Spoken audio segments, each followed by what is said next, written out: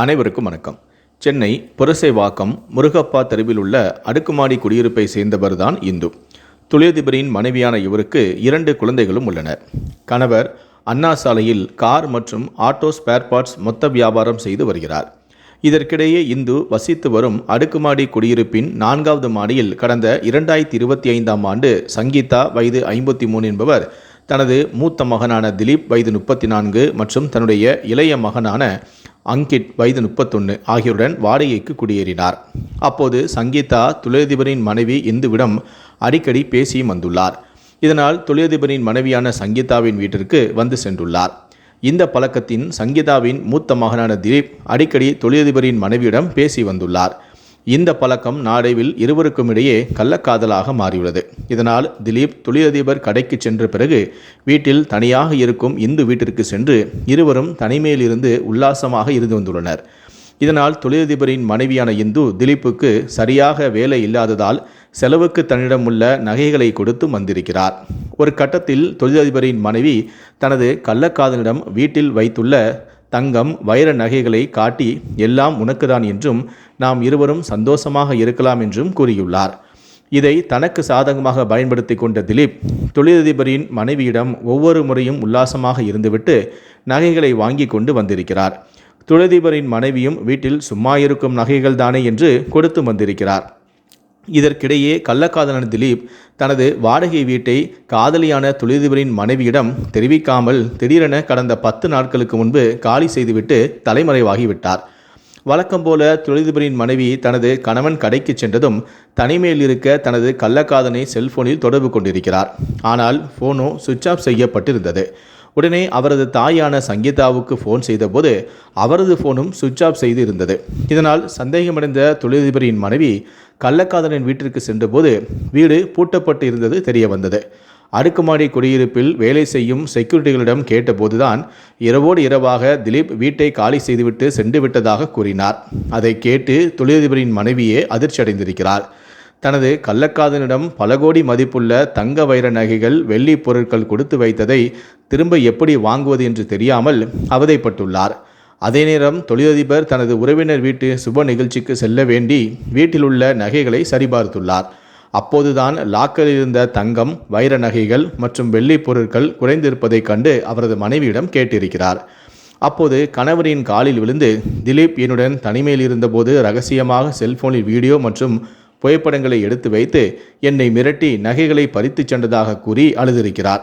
அதன் பிறகு மொத்த நகைகளையும் பரிசோதனை செய்த போதுதான் 850 கிராம் தங்க நகைகள், வைர நகைகள், 2.5 கிலோ வெள்ளி பொருட்கள் மற்றும் 20,000 ரூபாய் குறைந்தது தெரிய வந்தது. பின்னர் சம்பவம் குறித்து தொழிலதிபர் தனது மனைவி மூலமே வேப்பேரி காவல் நிலையத்தில் நேற்று முன்தினம் இரவு காதலான திலீப் மற்றும் அவரது தாய் சகோதரர் மீது புகாரும் அளித்தார். அந்த புகாரின்படி போலீசார் தலைமறைவான திலீப் மற்றும் அவரது தாய் செல்போன் எண்களை வைத்து விசாரணை நடத்தினர். அப்போது புரசைவாக்கம் பகுதியில் வேறு ஒரு அடுக்குமாடி குடியிருப்பில் இருப்பதாக செல்போன் சிக்னலும் காட்டியது. உடனே போலீசார் நேற்று கள்ளக்காதலனின் தாயான சங்கீதா மற்றும் அவரது சகோதரனான அங்கிட் ஆகியோரை பிடித்து விசாரணை நடத்தினர். அப்போது பல அதிர்ச்சியான தகவல்கள் வெளியானது. உடனே கள்ளக்காதலனின் தாயான சங்கீதா மற்றும் அவரது சகோதரன் அங்கிட் ஆகியோரை போலீசார் கைது செய்து வாக்குமூலத்தையும் பதிவு செய்தனர். மேலும் முக்கிய குற்றவாளியான திலீப் நகைகளுடன் தலைமறைவாகி விட்டார். அவரை பிடிக்க துணை கமிஷனர் தலைமையில் தனிப்படைகளும் அமைக்கப்பட்டுள்ளது. முதற்கட்ட விசாரணையில் திலீப் மும்பை வழியாக சொந்த மாநிலமான ராஜஸ்தான் சென்று இருப்பது தெரிய வந்துள்ளது. இதனால் தனிப்படை போலீசார் மும்பை மற்றும் ராஜஸ்தான் விரைந்துள்ளனர். தனிப்படை போலீசார் திலீப்பை கைது செய்தால்தான் இதுபோல் சென்னையில் எத்தனை தொழிலதிபர் மனைவிகளை காதல் வலை வீசி அவருடன் உல்லாசமாக இருந்து அதனை வீடியோ எடுத்து நகை மற்றும் பணம் பறித்து வைத்தது முழுமையாக தெரிய வரும் என்று போலீசார்களும் தெரிவித்துள்ளனர். அதே நேரம் இந்த வழக்கில் கைது செய்யப்பட்ட கள்ளக்காதலின் தாயான சங்கீதா அளித்த வாக்குமூலம் குறித்து போலீசார் தெரிவித்தது என்னவென்றால், ராஜஸ்தான் மாநிலத்தை சேர்ந்த சங்கீதா தனது மாநிலத்தை சேர்ந்தவர்கள் குடியிருக்கும் பகுதியில் வீடு ஏதேனும் காலியாக இருந்தால் அந்த வீட்டிற்கு தனது மகன்களான திலீப் மற்றும் அங்கிட் ஆகியோருடன் குடியேறுவார். அப்போது குடியிருப்பில் வசதியான தொழிலதிபர்கள் மனைவிகள் யாரேனும் தனியாக இருக்கிறார்களா என்று சங்கீதா நோட்டமிடுவார். அப்படி பகல் நேரத்தில் தனியாக இருக்கும் தொழிலதிபர்களின் மனைவிகளிடம் சங்கீதா நட்பாக பழகுவார். அடிக்கடி அவர்களின் வீட்டிற்கு சென்றும் பேசுவார்.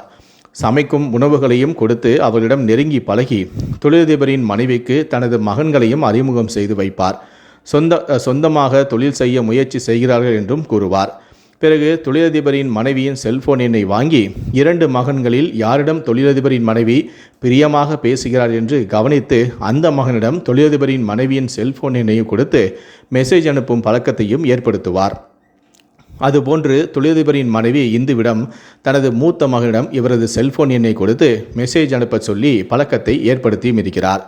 தொழிலதிபரின் மனைவியான இந்துவும் தனது கணவர் தன்னை கண்டு கொள்ளாததால் சங்கீதாவின் மூத்த மகனான திலீப் விரித்த வலையில் சிக்கியிருக்கிறார்.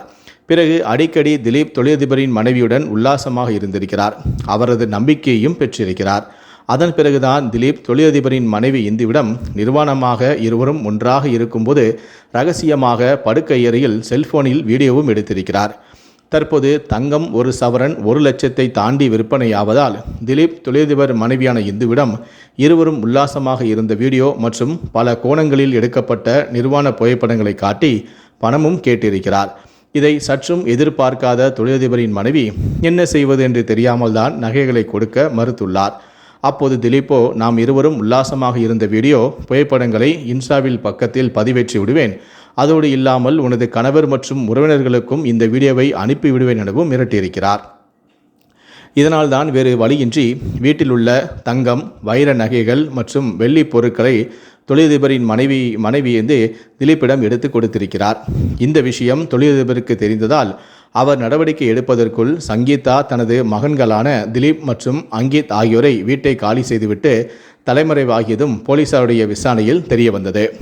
இதுபோல சென்னையில் பல இடங்களில் ராஜஸ்தான் மாநிலத்தை சேர்ந்தவர்கள் குடியிருக்கும் பகுதிகளிலேயே தனிமையில் வசிக்கும் தொழிலதிபர்களின் மனைவிகள் மற்றும் மகள்களை தாயான சங்கீதா ஆலோசனைப்படி திலீப் மற்றும் அங்கித் ஆகியோர் காதல் வலையில் வீழ்த்தி அவருடன் உல்லாசமாக இருப்பதும், அதன் பிறகு அவர்களுக்கே தெரியாமல் அதனை சில வீடியோக்களை ரகசியமாக எடுத்து வைப்பதும், சில நேரங்களில் அவர்களின் சம்மதத்துடனே அவர்களோடு நெருக்கமாக இருந்து செல்ஃபி புகைப்படங்களையும் எடுத்துக்கொள்வதும், நாளடைவில் அதன் பிறகு அந்த புகைப்படங்கள் வீடியோக்களையே காட்டி நகை மற்றும் பணத்தை பறித்து வந்ததும் தற்போது கைது செய்யப்பட்ட சங்கீதா போலீசாரிடம் வாக்குமூலம் அளித்ததாக போலீசார் தரப்பிலிருந்தும் தெரிவிக்கப்பட்டுள்ளது.